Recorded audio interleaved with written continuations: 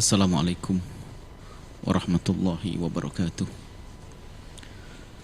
Alhamdulillahi nahmaduhu wa nasta'inuhu wa nastaghfiruh wa na'udzu billahi min syururi anfusina wa min sayyiati a'malina. May yahdihillahu fala mudilla lahu wa man yudlil fala hadiya lahu.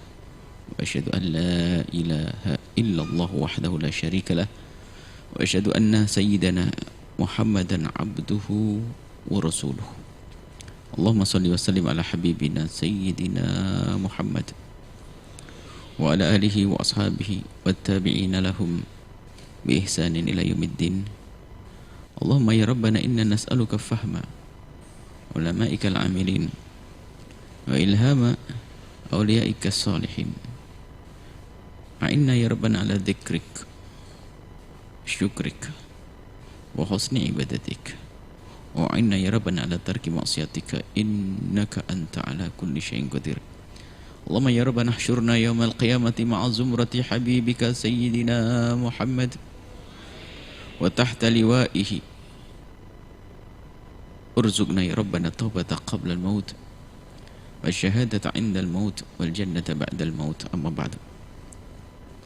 Yang kami cintai, kami muliakan para perindu-perindu ridha Allah, baik yang hadir, yang mendengarkan, dan yang menyaksikan. Semoga Allah senantiasa memberikan kebaikan, kemudahan dalam kemuliaan dan kebaikan. Dan semoga Allah memberikan kepada kita ilmu yang manfaat, memudahkan kita mengamalkan ilmu, dan semoga Allah menerima amal baik kita semuanya. Baik kita masih di dalam silsilah penjelasan tentang hikmah, yang kita sudah sampai kepada hikmah kedua ke-39. Bunyinya begini: ketika dirimu merasa terpuruk,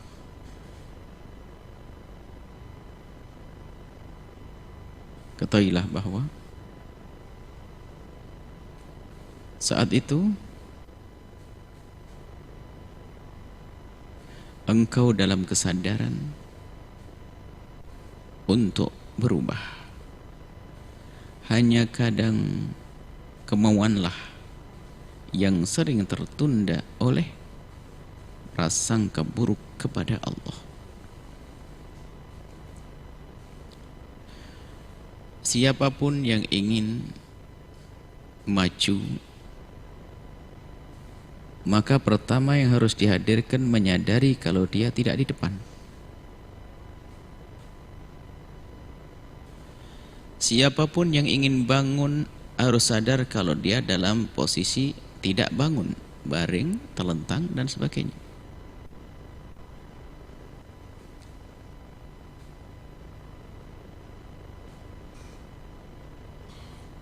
Yang berobat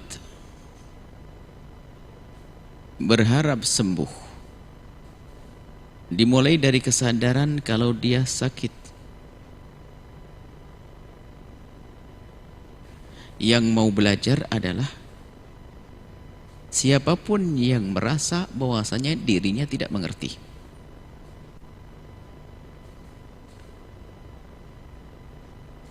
Kalau dia mengerti nggak akan mau belajar.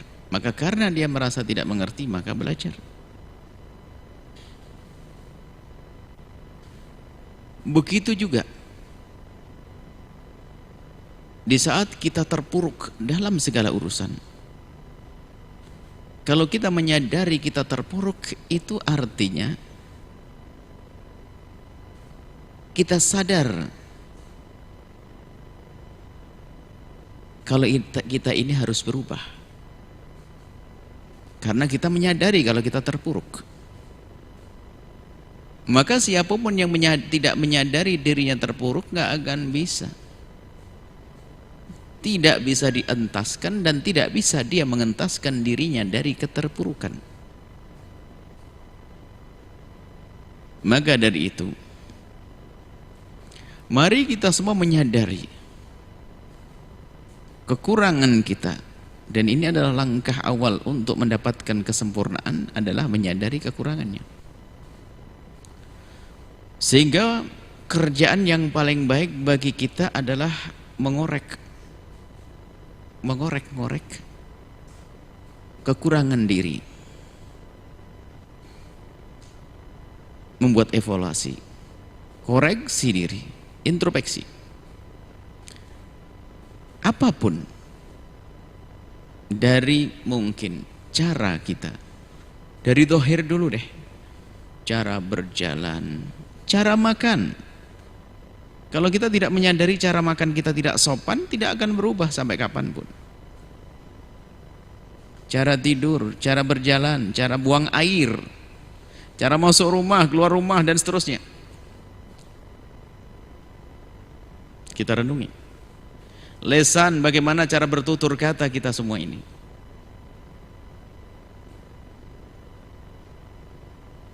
Bertutur kata yang lembut. Belajar dari pengalaman di saat ada orang bertutur kata dengan perkataan yang baik, lembut, dengan cara yang santun, kita sejuk, kita senang. Hendaknya kita pun bisa meniru dia. Kapan kita bisa meniru dia? Kalau kita sadar bahasanya aku tidak seperti dia, menyadari keterpurukannya dalam bertutur kata. Inilah yang disebut dalam dunia tasawuf al-insaf, a'la maqamil iltisaf.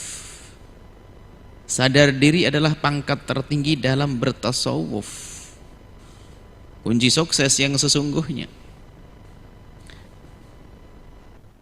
Kapan bertobat kalau dia tidak sadar akan dosa? Sebab syarat tobat adalah harus ada penyesalan, sementara dia tidak sadar kalau dia melakukan kesalahan. Yang tidak menyadari dia melakukan kesalahan, nggak kebayang adanya penyesalan. Yang tidak ada penyesalan tidak akan disebut sebagai taubat. Kapan diampuni oleh Allah?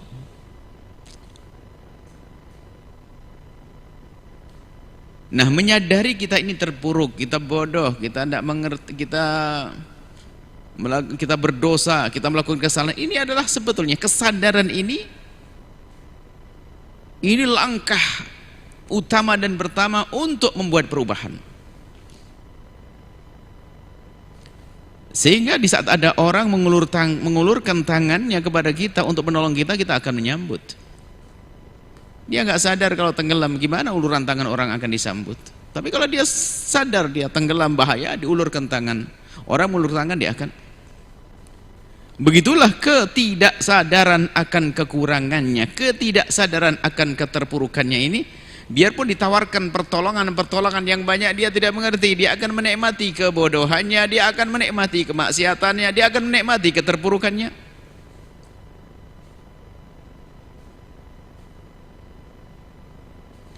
Maka di sana ada satu sifat yang sangat luar biasa dibenci. Al-kibru, sombong. Sombong itu kan merasa gede, padahal nggak gede.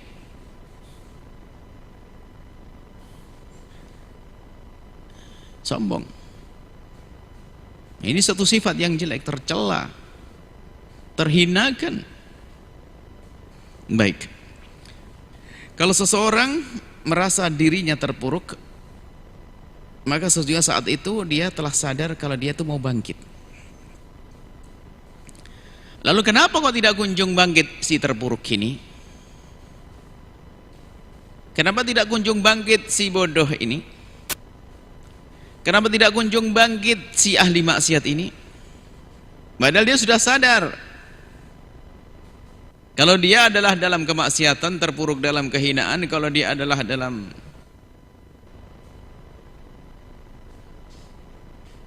keterpurukan dan keterhinaan. Dia sadar, kalau sadar sebenarnya sudah langkah selanjutnya adalah mengentaskan diri dari tempat tersebut. Lalu kenapa kok banyak orang yang tidak segera hijrah, berpindah dari keterpurukan menuju kejayaan, dari maksiat menuju taat, dari bodoh menjadi ilmu? Apa yang menjadikan itu semuanya tidak terwujud? Padahal dia sudah sadar kalau dia bodoh, dia sadar kalau dia maksiat, dia sadar kalau dia terpuruk. Permasalahannya adalah apa? Kurang husnudzon kepada Allah.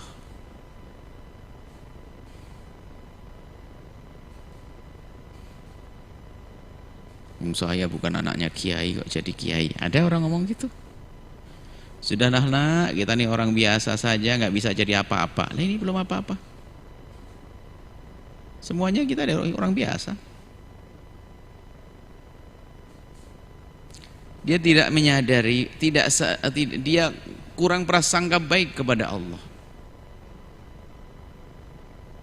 Makanya berangkat dari kesadaran kalau kita terpuruk, kita di bawah, kita rendah, baru kita mandang keagungan Allah, Zat yang Maha Agung, yang Maha Kuasa.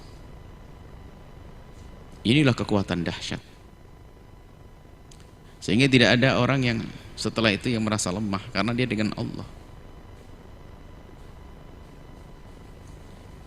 Kalau sudah dengan Allah, apa yang tidak terwujud? Dengan Allah yang Maha Kuasa. Nah ini kesadaran akan makna inilah yang kadang tidak muncul.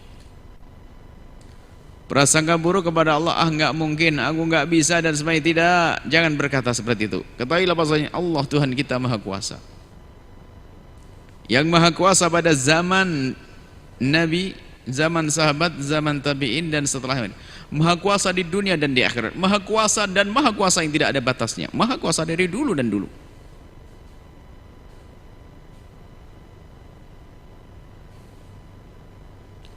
Kalau kita mengenal tokoh yang bisa mengembalikan kejayaan Islam seperti Muhammad Al-Fatih, apakah tidak bisa muncul Muhammad Al-Fatih di hari ini? Bisa. Karena Tuhannya Muhammad Al-Fatih ada selamanya, nggak akan berubah. Untuk menciptakan 1000 Muhammad Al-Fatih bisa. Menciptakan 1000 Salahuddin Al-Ayyubi bisa. Menciptakan 1000 Umar bin Abdul Aziz bisa.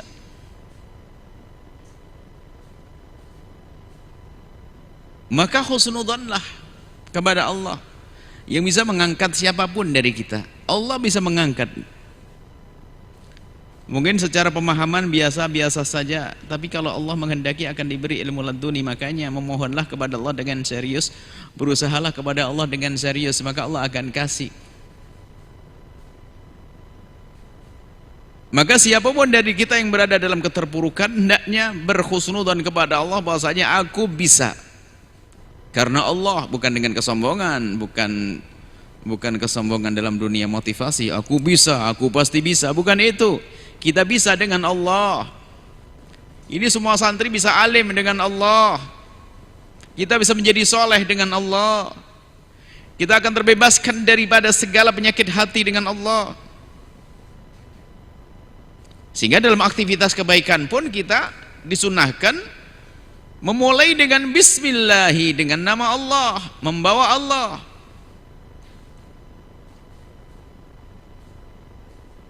Kalau sudah dengan Allah, apa yang tidak bisa? Kalau orang sudah dengan Allah, siapa yang bisa mengganggunya? Kalau sudah tidak dengan Allah, siapa yang bisa menolongnya? Ini husnudzan kepada Allah. Para santri, siapapun Anda yang lagi usaha kecil-kecilan, usaha, yakin husnudzan kepada Allah. Dan husnudzan kepada Allah ini jangan sampai lepas, terus hadirkan Allah di dalam aktivitas kita, sehingga si fakir itu nanti di saat dia menjadi kaya, karena di saat fakir ingat Allah, di dalam meniti kesuksesannya dengan Allah, maka kalaupun sukses maka dia menjadi orang kaya dengan Allah, sehingga berderma pun tidak susah, mudah membantu yang lainnya. Si penuntut ilmu itu yang sadar bahwasanya dirinya itu memang tidak punya ilmu, dan dia harus menuntut ilmu, belajar, lalu dia menggantungkan kepada Allah. Yang memberi ilmu adalah Allah, memberikan kekuatan Allah, memberikan kecerdasan Allah. Terus dengan Allah merasa dia tidak punya apa-apa, maka di saat menjadi orang alim dia tidak akan sombong. Berbeda dengan satunya lagi, dia merasa pintar karena kecerdasannya. Lihat, tahajud jarang, memohon kepada Allah jarang. Kalaupun alim dia merasa dari otaknya sendiri, padahal kalau Allah jatuhkan gegar otak pun hilang sudah, ilmu itu nggak ada artinya. Maka ketahuilah bahwa yang berangkat dengan Allah akan selalu dengan Allah. Makanya di saat mau bekerja mencari rizki yang halal dengan Allah, Bangun malam jangan ditinggalkan, memohon jangan ditinggalkan, melaksanakan wajibnya jangan ditinggalkan dengan Allah, Allah, Allah. Sepanjang bekerja pun jangan lupa Allah. Maka ketahuilah kalau ternyata nanti ditakdirkan oleh Allah menjadi orang kaya, maka dia adalah orang kaya ahli surga. Tapi yang tidak dengan Allah, maka dia merasa bahasanya dia mengumpulkan hartanya dengan kecerdasannya, dengan kepandaiannya, dengan kekuatannya, dengan kelihayannya. Maka di saat kaya pun dia menjadi orang kaya yang pelit, tidak mengerti zakat, tidak mengerti derma, tidak mengerti menyantuni fakir miskin. Bahkan tidak pernah ada kerinduan menggunakan hartanya untuk Allah. Maka di saat dia mati pun dia meninggalkan harta itu dengan sesungguhnya, tidak membawa sama sekali. Maka menjadi fakir yang selamanya.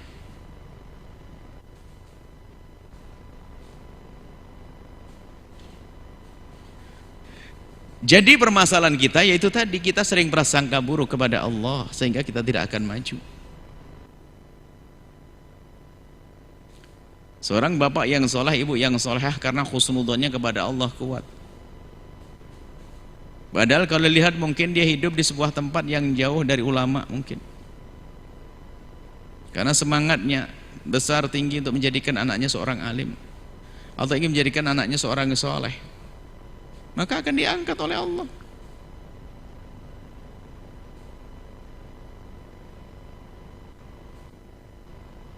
Nah ini, jadi permasalahannya kita tidak maju itu sering prasangka buruk kepada Allah. Jadi kita mulai saat ini kita bangun prasangka baik kepada Allah. Kemudian juga perjuangan di dalam meniti kesuksesan dalam apapun itu kesuksesan. Itu kan harus dengan dua cara. Zahirnya benar. Cara pertama adalah kita menjalankan sunnatullah. Yang pengen alim ya belajar dong. Berarti setelah menyadari keterpurukannya, dia harus usaha zahir dan usaha batin. Usaha zahir batin itu adalah langkah selanjutnya. Itu pun akan bisa terlaksana kalau dia sadar kalau dia terpuruk. Setelah terpuruk, memandang Allah Maha Kuasa, husnudzon kepada Allah, kemudian dia keluar dari keterpurukannya dengan usaha dan berdoa. Itulah. Dia mengentaskan dirinya dengan usaha mengentaskan diri dan memohon kepada Allah. Tidak cukup hanya memohon dan berdoa. Orang yang berdoa saja tanpa ada usaha itu kurang ajar kepada Allah, tidak menghormati sunnatullah, tidak menghargai sunnatullah, kemaksiatan itu. Sunnah Allah itu Allah berlakukan itu untuk dipatuhi. Makanya kalau lapar ya makan, ngantuk ya tidur.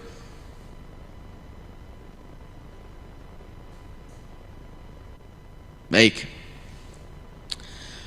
Setelah kita menyadari keterpurukan, kebodohan dan seterusnya, maka kemudian kita memandang yang maha agung, zat yang maha agung Allah Jalla Jalaluh. Kemudian kita akan meniti kesuksesan dengan dua cara. Usaha zahir, belajar yang serius, bangun malam, belajar yang serius, menghafal dan seterusnya. Belajar cara belajar yang benar ya. Lama ini kita belajar di setiap malam Sabtu dengan kita ta'lim dan di samping kita belajar cara belajar dan belajar yang benar bagi penuntut ilmu yang bekerja yang serius. Tapi setelah itu apa? Syarat yang kedua adalah jangan lupa mengadu kepada Allah, memohon kepada Allah. Ingat, dua cara inilah untuk sukses. Tapi dua cara ini tidak ada artinya kecuali diapit dengan dua hal. Sadar keterpurukan kita, husnudzon kepada Allah. Sadar kita adalah lemah, sadar kebodoh, kemudian husnudzon kepada Allah, kemudian kita titik dengan dua hal. Usaha zahir dan usaha batin. Hasilnya adalah sukses. Kemudian sukses itu sendiri ada dua makna. Sukses di akhirat itu adalah harapan yang sesungguhnya. Sukses di dunia, Kalau seseorang sudah benar menyadari keterpurukannya, kemudian menyadari keagungan dan kuasa Allah, kemudian dia meniti dengan dua cara, dengan syarat yang sudah terpenuhi tadi, maka dia harus sukses. Tidak bisa tidak. Hanya perbedaannya adalah sukses itu bisa kita saksikan hari ini, bisa kita saksikan minggu depan. Kan begitu? Bisa kita saksikan bulan ini, bisa kita saksikan bulan depan. Dan sukses bisa kita saksikan tahun ini, bisa kita saksikan tahun depan. Maka jangan prasangka buruk kepada Allah, aku nggak sukses. Setelah hari ini masih ada esok hari kok. Husnudzon terus kepada Allah. Hingga kapan? Kalau tidak di dunia, ternyata ada sukses di akhirat. Maka orang beriman tidak akan rugi dengan prasangka baik kepada Allah. Sehingga kami sering sampaikan, jika ada seorang bapak dan ibu kerinduan untuk menjadikan anaknya seorang alim, kemudian betul-betul dia berusaha mencari rizki yang halal, berdoa, mengirimkan anaknya ke pondok pesantren, lah kok ternyata anaknya nggak alim-alim, kabar gembira kepada ibu yang di rumah. Biarpun anaknya ternyata tidak menjadi seorang alim, tapi sudah dicatat oleh Allah karena niat baik bapak dan ibunya, sudah mendapatkan pahala itu semuanya.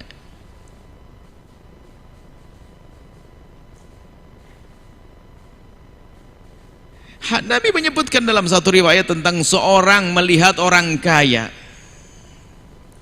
Orang kaya dengan kekayaannya bisa berbuat baik dengan hartanya yang banyak sekali, kebaikan yang bisa dilakukan. Lalu si fakir ini rindu, aku ingin bekerja, ingin menjadi orang kaya seperti dia, dan kalau kaya aku juga akan berbuat baik seperti dia. Ternyata nasibnya dia tidak kaya di dunia, tapi ternyata di akhirat sudah mendapatkan pahala, kata baginda Nabi. Maka dengan niat yang baik tersebut dia sudah mendapatkan pahala seperti orang yang dirindukannya tadi. Begitulah kita dengan Allah. Tapi itu semuanya baru akan kita dapat kalau kita tadi melalui tangga-tangga tadi, meniti tersebut. Nggak bisa nongkrong begini langsung pengen pahala di akhirat. Bagaimana dapat? Usaha enggak, doa enggak. Alasannya Pak, memang biar saya nggak sukses di dunia, tapi sukses di akhirat. Nggak ada sukses di akhirat, diusaha di dunia tidak usaha dan tidak memohon kepada Allah kok mau sukses di akhirat. Nggak ada apa-apa di akhirat.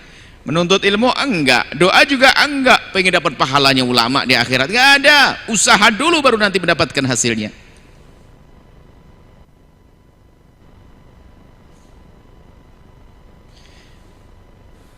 Itulah penjelasan daripada hikmah. Ketika dirimu merasa terpuruk, maka ketahuilah bahwa saat itu engkau dalam kesadaran untuk berubah.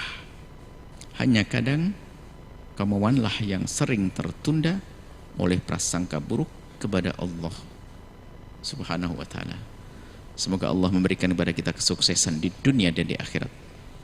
Semoga Allah memberikan kepada kita keinsafan akan kekurangan kita, keinsafan akan kesalahan kita, dosa kita, ketidakmampuan kita, dan semoga Allah Subhanahu wa ta'ala yang maha kuasa mengangkat kita dari keterpurukan, dari keterhinaan, dari kebodohan, sehingga kita menjadi manusia-manusia yang berjaya di dunia, mulia di dunia dan mulia di akhirat. Dan semoga Allah mengampuni orang tua kita, guru-guru kita semuanya. Allah memberikan kebaikan kepada keluarga kita, rumah tangga yang indah, bermasyarakat yang indah. Dan semoga Allah Subhanahu wa ta'ala memudahkan segala urusan para orang tua yang punya anak-anak menuntut ilmu. Semoga Allah mudahkan mereka di dalam mencari rizki yang halal, penuh berkah. Dan semoga Allah berikan kepada kita pengampunan, memanjangkan umur kita dalam ketaatan serta sehat walafiat. Dan semoga para pemirsa, para pendengar yang hadir, semuanya ini dijadikan hamba-hamba yang saling mencintai karena Allah, bertemu di dunia dalam cinta dan kelak di surga bersama baginda Nabi Muhammad sallallahu alaihi wasallam. Al-Fatihah.